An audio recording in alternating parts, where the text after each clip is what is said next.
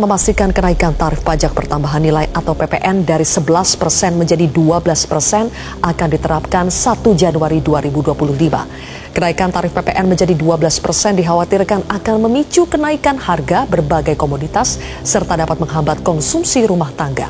Himpunan Hotel dan Restoran Indonesia atau PHRI Haryadi Sukamdhani memberikan peringatan keras terhadap dampak kenaikan pajak pertambahan nilai atau PPN menjadi 12%. Menurutnya kebijakan ini akan memicu efek domino, bahkan mengancam nasib para pekerja.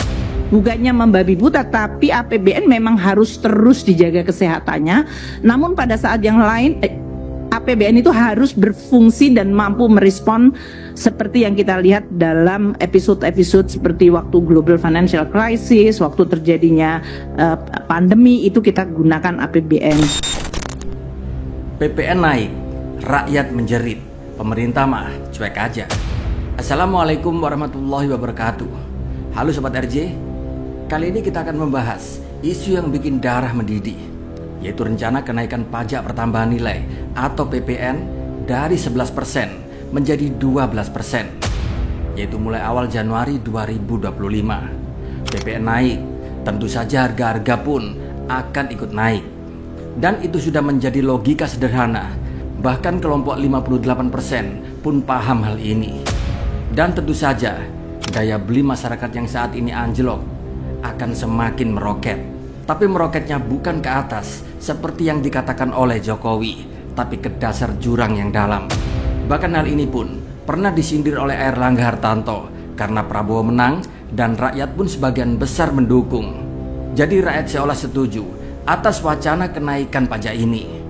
Tentu kita lihat masyarakat Indonesia sudah menjatuhkan pilihan, bahwa pilihannya adalah keberlanjutan. Tentu kalau keberlanjutan, berbagai program yang dicanangkan pemerintah akan dilanjutkan, termasuk dalam kebijakan PPN. Mampus loh.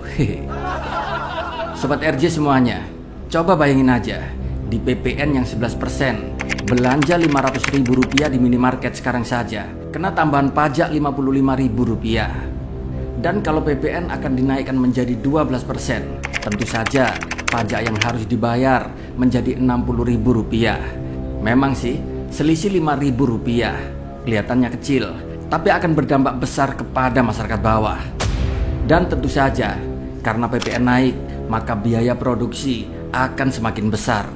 Harga barang pun tentu akan naik, karena kos anggaran yang dikeluarkan oleh para pengusaha, bahan bakunya juga ikut-ikutan naik. Kita ambil contoh, biasanya onde-onde isi kacang hijau kita beli di minimarket yang sekotaknya harga Rp17.000. Karena PPN naik, bahan baku pembuatan onde-onde pun naik hingga harga pokoknya mencapai anggaplah Rp19.000. Dan itu pun belum PPN di minimarket. Dan bila ditambah 12% PPN lagi menjadi Rp22.000 per kotak. Bayangin, harga yang seharusnya kita bayar Rp17.000 sekotak menjadi Rp22.000 sekotak. Dan itu baru cemilan onde-onde, belum beras, saus tomat, pasta gigi, sabun mandi, dan lain sebagainya. Itulah kenapa kenaikan PPN ini banyak sekali penolakan yang terjadi. Tuh kan dibilangin kemarin jangan pilih yang melanjutkan, kalian tetap ngeyel pilih yang joget-joget yang melanjutkan. Efeknya kayak gitu, udah terancam tahun 2025 pajak kita naik jadi 12%. You know, ini aku punya data. Ini ya, ini aku beli minyak totalnya 100 dus.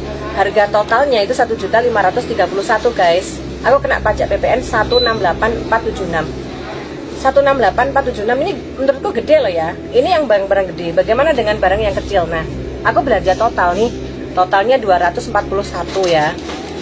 241 aku kena pajaknya 23.903. Nah, jadinya aku bayarnya 241.300. Nah, guys, kalau nanti menjadi 12% betulan, maka pasti semua harga akan naik dan itu akan berlaku dari kamu ujung kaki sampai ujung kepala, semuanya akan naik dan menjadikan uang kamu makin lama makin nggak berarti atau menyusut besarnya. Kenaikan PPN ini tentu saja akan memberi efek domino yang besar buat ekonomi masyarakat ke depan dan imbas yang lebih luas. Bila kita cermati saat ini saja, daya beli masyarakat turun. Gimana kalau harga-harga semua kebutuhan naik? Tentu saja akan semakin nyungsep ke dasar jurang.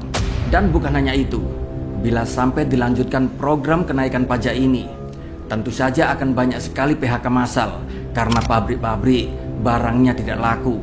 Pengurangan tenaga kerja pun tentu saja harus dilakukan. Bukan hanya aksi-aksi demo terjadi saat ini akibat kenaikan BPN ini. Bahkan di media sosial, semua netizen yang waras, baik dari pemilih 58% atau yang lain, semua beramai-ramai ngamuk untuk menolak wacana ini, kecuali para kaum 58% yang konslet otaknya. Bahkan beberapa komentar protes terjadi menghiasi berita ini. Bu Sri, buat apa ada BUMN kalau rakyat masih susah beli beras? Atau ada lagi yang komen, kenapa nggak pajakin orang kaya saja? Kita saat ini sudah terpuruk gara-gara krisis ekonomi ini. Bagaimana jadinya bila pajak dinaikkan? Sebuah pertanyaan-pertanyaan yang lugu serta sederhana dari para netizen. Dan kenapa Prabowo pun begitu tega memberikan beban ini kepada rakyatnya? Dan kenapa beban ini selalu jatuh ke rakyat kecil dan kelas menengah bawah? Tax amnesty, pengemplang pajak dimaafkan, tapi rakyat dipajakin sampai kering. Ironis memang, di sini pemerintah malah berencana untuk kasih pengampunan pajak alias tax amnesty jilid 3. Sobat tahu nggak siapa nih yang bakal diuntungkan? Yaitu para pengemplang pajak alias orang kaya serta para korporasi besar. Dan mungkin inilah penjajahan gaya baru di era yang katanya Indonesia emas. Tentu saja pengampunan ini akan membuat perilaku para pengemplang pajak akan semakin tidak bertanggung jawab. Di sini para pengemplang pajak jadi mikir, nggak apa-apa, nanti juga ada tax amnesty lagi, mereka pasti aman. Sementara kelas menengah ke bawah makin tercekik sama PPN. Belum iuran BPJS, tapera, dan entah apa lagi yang akan datang. Di sini menurut Sri Mulyani, kenaikan PPN ini penting buat menjaga anggaran pendapatan dan belanja negara atau APBN agar tetap sehat. Tapi pertanyaannya, sehat buat siapa? Kalau rakyat harus puasa beli beras demi APBN sehat, ini namanya pemerintahan raja tega yang hidup di atas penderitaan rakyatnya. Padahal data dari Badan Pusat Statistik atau BPS bilang ada 83 juta lebih pekerja informal yang ada di Indonesia. Dan di sini artinya mayoritas rakyat kita hidupnya serba pas-pasan.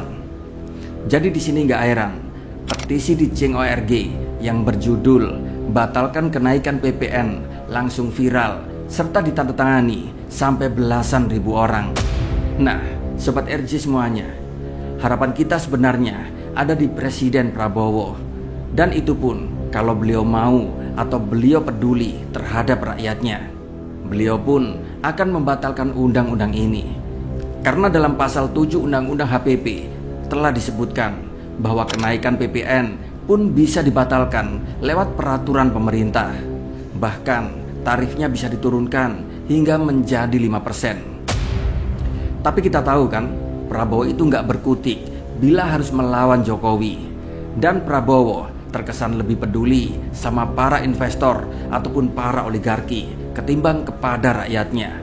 Lihat saja, barang-barang impor hampir semuanya bebas pajak, tapi para peternak susu lokal pajaknya ugal-ugalan.